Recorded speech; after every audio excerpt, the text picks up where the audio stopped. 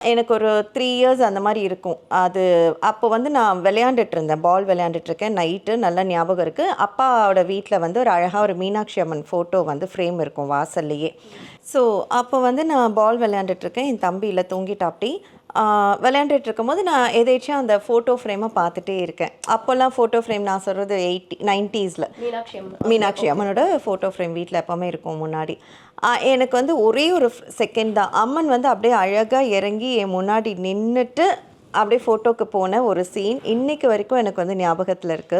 நான் இவ்ளோ வருஷங்கள் கழிச்சுமே நான் அது வந்து யோசிப்பேன். நெறைய ஜோசியர்கள பார்க்கும்போது கூட நான் கேட்டுருக்கேன். இந்த மாரி எனக்கு ஒரு இன்சிடென்ட் நடந்தது. அது உண்மையா வந்ததா? இல்ல அது என் ஏன்னா அந்த ஏஜ்ன்றபோது அது நம்ம கனவா, நினைவான்னு தெரியாது. அண்ட் குழந்தைங்க நெறைய பேர் தூங்கும்போது சிரிப்பாங்க. அப்ப எல்லாரும் சொல்லுவாங்க, "இல்ல சாமி வந்து விளையாட்டு காட்டுது" அப்படின்லாம் சொல்லிட்டு.